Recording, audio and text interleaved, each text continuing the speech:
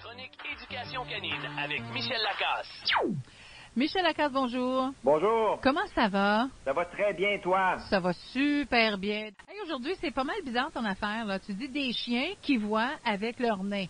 Ben oui, on parle de l'odorat du chien. Puis si j'ai choisi ce sujet-là cette semaine, c'est parce qu'il y a une vidéo, Anne, extrêmement intéressante qui circule sur Internet depuis le début du mois de février.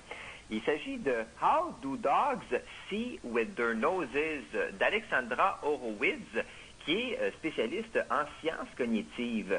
Et encore une fois, là, cette vidéo-là vient confirmer que ce que le chien voit n'est pas toujours aussi intéressant que ce qu'il peut sentir et que son odorat lui permet d'aller chercher beaucoup plus d'informations. OK. Première des choses, et j'aime beaucoup comment c'est dit, est-ce que tu savais que les chiens sentent en stéréo? En stéréo? Ben oui, c'est ce qui est expliqué dans la vidéo. Les chiens ont deux narines, comme on le sait, qui sont capables de travailler en parallèle. C'est pour cette raison-là qu'on dit qu'ils sentent en stéréo. Et pour expliquer un peu, au moment d'entrer dans le nez des chiens, l'air passe par deux divisions qui sont distinctes. La première permet de respirer, alors que la deuxième permet de sentir.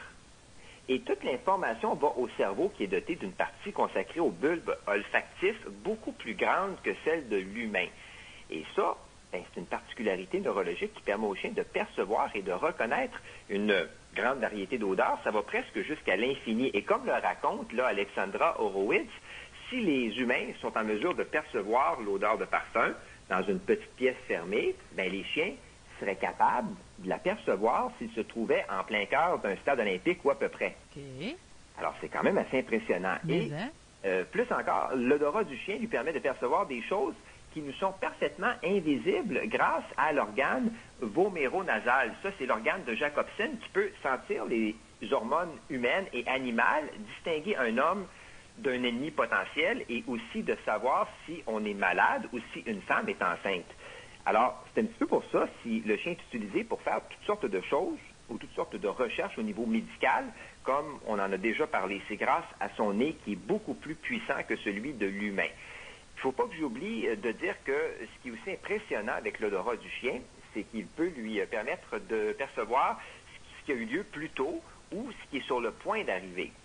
Okay. Et je vais expliquer, c'est quand même assez simple. Si on prend l'exemple de nos chiens lors d'une promenade, nos chiens sont capables de capter les odeurs d'une personne laissée derrière elle ou les odeurs d'une personne qui s'apprête à tourner au coin de la rue parce que l'air circule et que dans l'air, il y a justement des odeurs que seulement le chien peut sentir. Ah oui, eux autres, ils sentent des choses que nous, on ne sentira jamais, là. Oui, c'est ça. Alors, pour ceux qui trouvent ça bien embêtant parce que leur chien arrête à toutes les bornes fontaines, c'est pas quelque chose qui va cesser. Ça leur donne des indices sur les individus ou sur les autres chiens qui sont passés par là.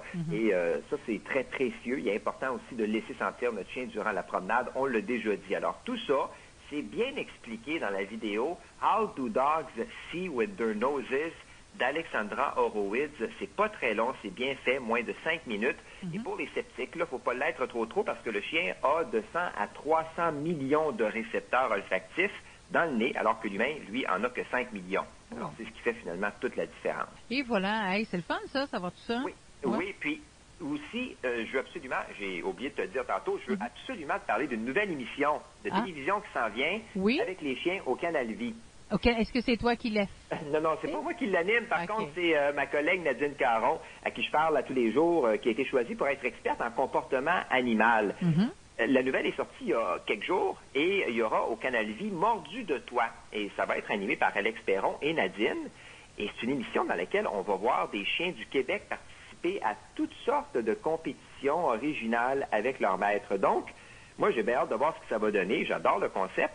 Et on est en pleine période de recrutement pour les candidats au Canal Vie. Alors, s'il y a des auditeurs qui ont des chiens qui sont doués et particulièrement allumés et qui ont une complicité à tout casser, je vous invite évidemment à aller sur le site du Canal Vie, section recrutement, pour remplir l'espèce de petit formulaire en ligne là, dans le but de participer à Mordu de toi, qui est une émission de télévision qui va sûrement être bien agréable à regarder. Moi, j'ai hâte. Nadine est aussi excellente pour faire beaucoup de vidéos avec elle.